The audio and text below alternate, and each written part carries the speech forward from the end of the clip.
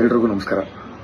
Video ಮಾಡ್ತಿರೋ ಕಾರಣ ಏನು ಅಂತ ಹೇಳಿದ್ರೆ, ಬಡವ್ರ ಮಕ್ಕಳು ಸಾಹುಕಾರರ ಮಕ್ಕಳು ಅಂತ ಒಂದಷ್ಟು ಟಾಪಿಕ್ ನಡೀತಿದೆ. ಇನ್ಸ್ಟಾಗ್ರಾಮ್ ಸ್ಕ್ರೋಲ್ ಮಾಡ್ತಿದ್ರೆ ಅದೇ ಬರ್ತಿದೆ.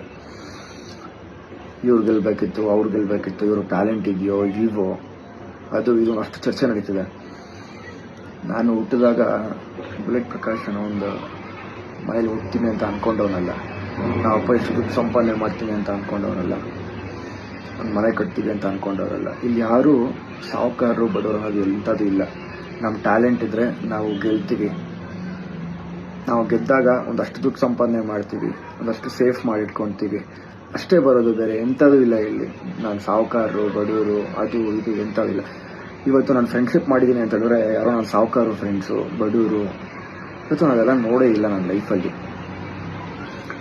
ಅದೆಲ್ಲ ಬಿಟ್ಬಿಡಿ. ಫಸ್ಟು ಇವರು ತುಂಬ ಬಡವರು, ಸಾಹುಕಾರರು, ಇವರೇ ಗೆಲ್ಲಬೇಕು, ಬಡವರೇ ಗೆಲ್ಲಬೇಕು, ಸಾಹುಕಾರರು ಸೋಲ್ಬೇಕು, ಅವ್ರ ಹತ್ರ ದುಡ್ಡಿದೆ ಅದಿದೆ ಇದಿದೆ ಅಂತ.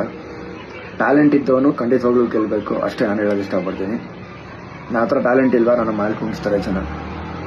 ಇದ್ದಿದ್ದಕ್ಕೇ 4 ಚಾನಲಲ್ಲೂ ಕೆಲಸ ಮಾಡಿದ್ದೀನಿ.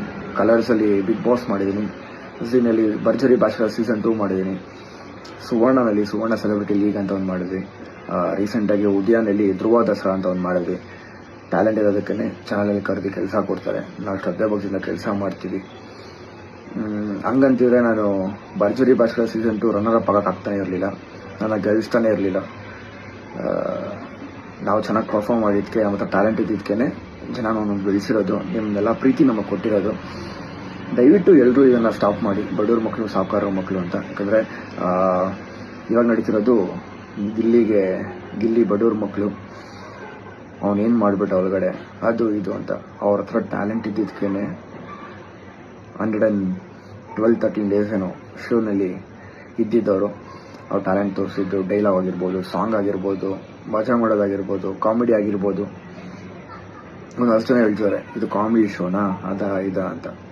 I respect comedians. ಯಾಕೆ ಅಂತ ಹೇಳಿದ್ರೆ ನಮ್ಮ ಅಪ್ಪ ಒಬ್ಬರು ಕಾಮಿಡಿಯನ್ನು, ಅದನ್ನ ಯಾವತ್ತೂ ರೆಸ್ಪೆಕ್ಟ್ ಮಾಡ್ತೀನಿ. ದಯವಿಟ್ಟು ಇದನ್ನೆಲ್ಲ ಬಿಟ್ಟು ಒಂದಷ್ಟು ವಿಚಾರಗಳಿದೆ ತಲೆ ಕೆಡಿಸ್ಕೊಳ್ಳೋದು, ಅದ್ರ ಬಗ್ಗೆ ತಲೆ ಕೆಡಿಸ್ಕೊಳ್ಳಿ. ಎಲ್ರಿಗೂ ಒಳ್ಳೇದಾಗಲಿ. All the best. Thank you so much.